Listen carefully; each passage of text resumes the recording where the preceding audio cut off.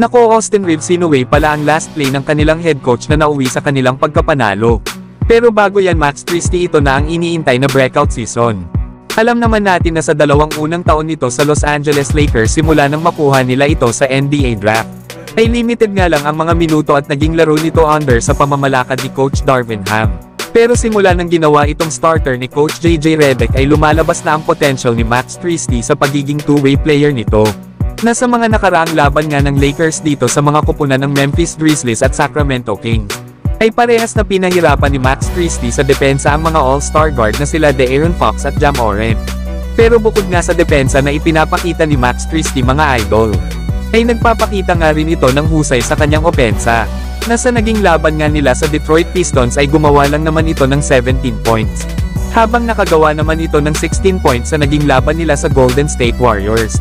Ang kagandahan kasi sa player na ito sa kanyang tangkad na 6'6", ay mabilis nga itong bumaba sa fast break at transition, kaya naman ay madali itong mapasahan ng bola. Isa nga ring sharpshooter itong si Max Christie, lalo na sa 3-point area. Hindi lang yan, mga idol, dahil meron din itong attack to the basket.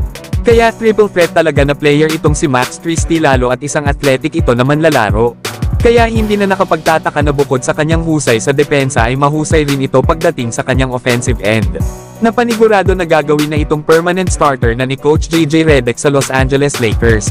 Samantalang Austin Reeves meron namang inamin sa kanyang naging game-winning layup.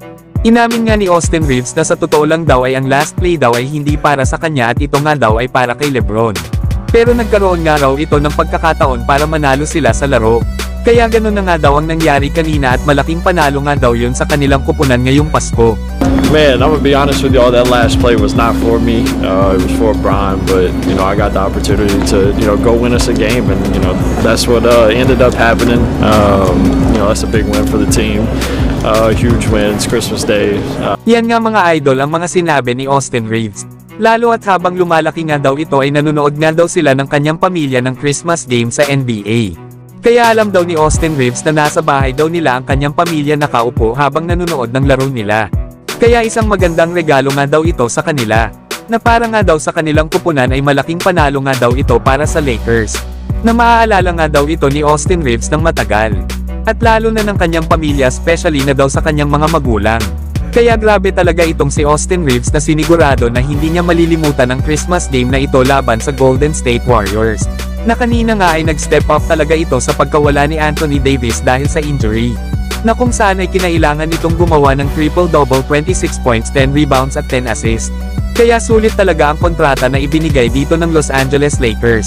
Si Austin Reeves din kasi ang third best player ng kanilang kupunan sa likod nila Anthony Davis at LeBron James.